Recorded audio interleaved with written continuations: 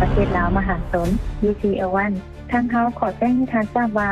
บัญชีของทานจะถูกระงับใช้ชั่วคราวเนื่องจากว่าพบการใช้งานที่ผิดปกติจึงจำเป็นต้องตรวจสอบข้อมูลเพิ่มเติมหากทานต้องการสอบถามรายละเอียดกรุณากดหมายเลข1เพื่อติดต่อกับพนักงานของแจ้งเตือนภัยระวังมิจฉาชีพโทรหรือแชทแอบอ้างเป็นพนักงาน BCEL ตัวว่าบัญชีจะถูกระงับถ้ามีการโทรเข้าลักษณะนี้แม่นอย่าหลงเชื่ออย่างเด็ดขาดเพราะนี่แม่นมิจฉาชีพที่จะหลอกลวงเอาข้อมูลส่วนตัวของทานห้ามบอกข้อมูลห้ามโหลดแอปห้ามโอนและห้ามกดลิงก์ตามคำแนะนำของมิจฉาชีพเนื่องจากธนาคารจะบ่มีการโทรขอข้อมูลส่วนตัวของลูกค้าอย่างเด็ดขาดกรณีแก้ไขข้อมูลต่างๆแม่นสามารถเฮ็ดได้ผ่านแอป BCEL1 เท่านั้นจะบ่มีการโทรหรือแชททาง WhatsApp หรือแชททางโซเชียลมีเดียต่างๆเพื่อแก้ไขปัญหาบัญชีให้ลูกค้าอย่างเด็ดขาดถ้าบ่แน่ใจให้หยุดคิดก่อนเพราะทุกการกระทำทั้งมือถือมีความเสี่ยงหากมีข้อสงสัยต้องเข้าพัวพันธนาคารโดยตรงหรือโทรสายด่วน